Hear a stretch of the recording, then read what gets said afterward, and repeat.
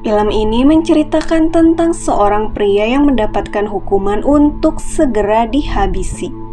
Tapi karena memiliki ilmu Banaspati, pria ini hanya bisa dihabisi oleh anak kandungnya sendiri.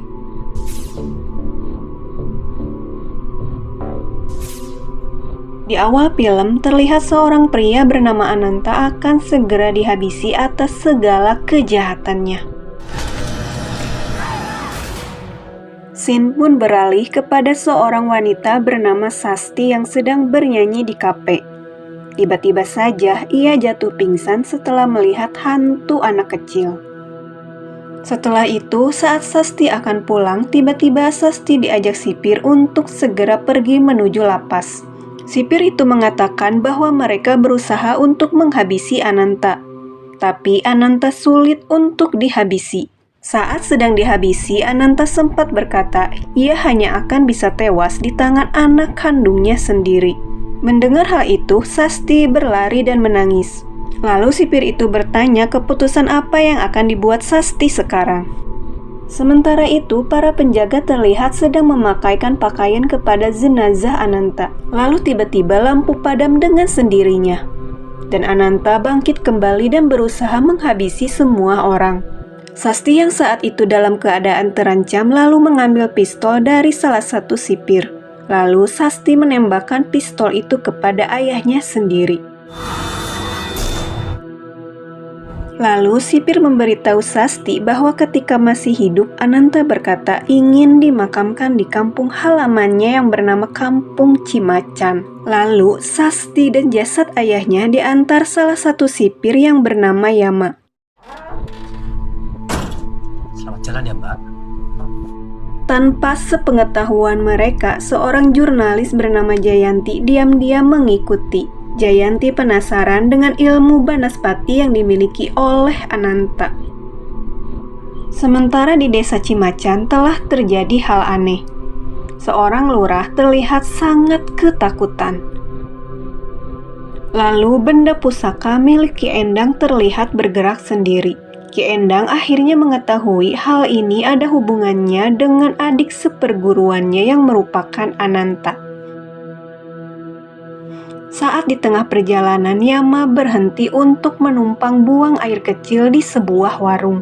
Sedangkan Jayanti secara diam-diam mengambil foto Ananta. Lalu Jayanti berusaha mewawancarai Sasti tentang ilmu Banaspati yang dimiliki Ananta. Sasti terlihat tidak memperdulikan pertanyaan Jayanti. Sementara itu di toilet, seseorang mengetuk-ngetuk pintu dengan keras. Tapi saat Yama membuka pintu, Yama tidak menemukan siapapun. Ketika Yama berbicara dengan penjaga warung, tiba-tiba Yama dikejutkan dengan wajah si penjaga warung yang menyeramkan. Sementara itu di kampung Cimacan terjadi keributan. Mumun, istri muda Pak Lurah, berkata ia ditampar Pak Lurah setelah Pak Lurah menerima telepon dari seseorang. Bahkan sekarang Pak Lurah mulai berubah. Sementara itu, ketika anak-anak sedang bermain, mereka terkejut melihat Pak Lurah yang menghabisi diri sendiri di atas pohon. Malam harinya, dalam perjalanan, Yama pergi untuk buang air kecil lagi. Jayanti lalu berusaha lagi bertanya tentang ilmu Banaspati yang dimiliki Ananta. Sasti yang mulai merasa terganggu mulai memarahi Jayanti dan terjadilah pertengkaran. Saat mereka sedang bertengkar, lalu Yama datang menenangkan. Jayanti berjanji tidak akan mengikuti Yama dan Sasti lagi, asalkan ia diizinkan untuk meliput jasad Ananta. Saat Jayanti sedang sibuk meliput, tiba-tiba Yama sengaja meninggalkan Jayanti. Sementara itu, di rumah Mumun, seorang warga memberikan HP milik Pak Lurah kepada Ki Endang. Ia berkata kepala lapas terus menelepon ke nomor Pak Lurah. Ia juga berkata bahwa hal buruk yang terjadi kepada Pak Lurah ada hubungannya dengan Ananta yang meminta untuk dimakamkan di kampung Cimacan. Mendengar hal itu, warga mulai menolak jasad Ananta yang akan dimakamkan di kampung Cimacan.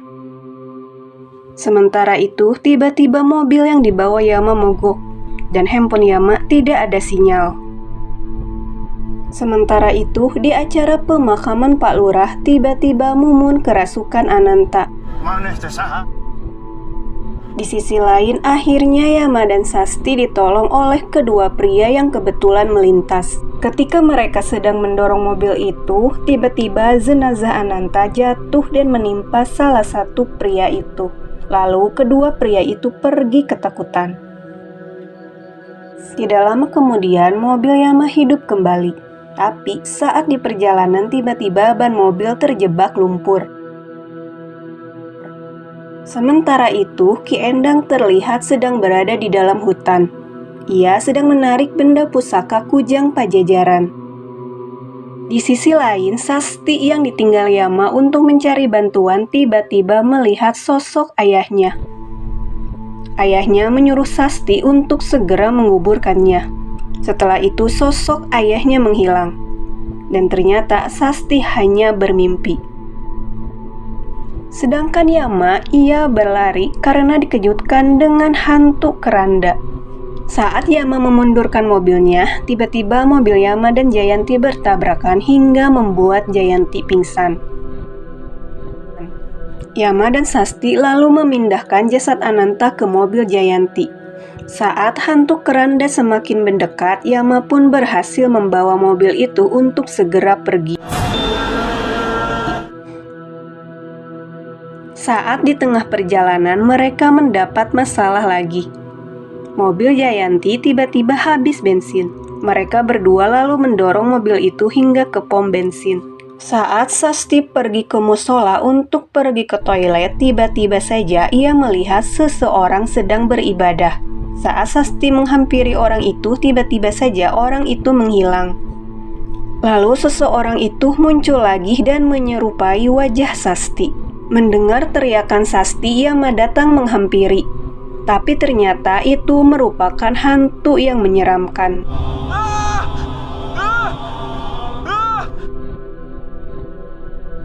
Sasti yang asli sudah berada di dalam mobil.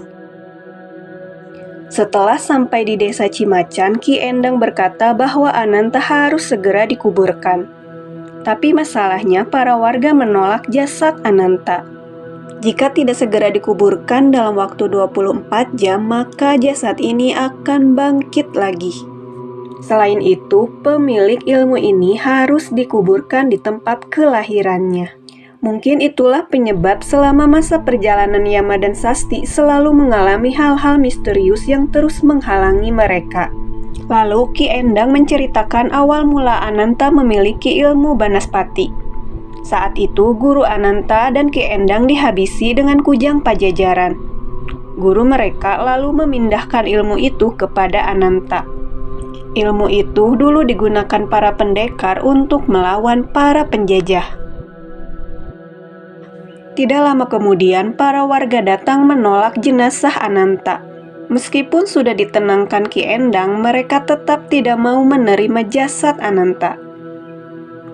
Saat mereka akan membakar jasad Ananta, tiba-tiba jasad Ananta menghilang. Melihat hal itu, mereka lalu berlari ketakutan. Saat mereka berusaha menguburkan Ananta, tiba-tiba Ananta bangkit lagi dan segera menyeret Sasti. Lalu Ki Endang menancapkan senjata pusaka Kujang Pajajaran. Lalu saat mereka mengejar pocong Banaspati, tiba-tiba ada pocong lain yang mereka anggap itu adalah pocong Banaspati. Tapi saat ditancapkan pusaka, ternyata itu adalah pocong Pak Lurah. Ki Endang yang teringat Mumun yang dulu dirasuki Ananta, ia berkata agar Ki Endang melindungi Sasti dari iblis Banaspati. Jika jenazahnya bangkit lagi, itu bukanlah Ananta, tapi itu adalah iblis Banaspati. Dan iblis Banaspati akan semakin kuat saat bulan purnama. Ketika Ki Endang dan yang lainnya mencari Sasti, ternyata Sasti sudah menghilang. Karena sudah gagal menguburkan Ananta tepat waktu, maka Banaspati yang bangkit lagi mulai menyihir Sasti. Banaspati membuat Sasti terus mengingat masa-masa indah bersama ayahnya. Dan itu artinya Raga Sasti akan dijadikan rumah baru oleh Banaspati. Dan orang yang memiliki ilmu Banaspati akan menjadi haus menghabisi seperti yang dilakukan oleh Ananta.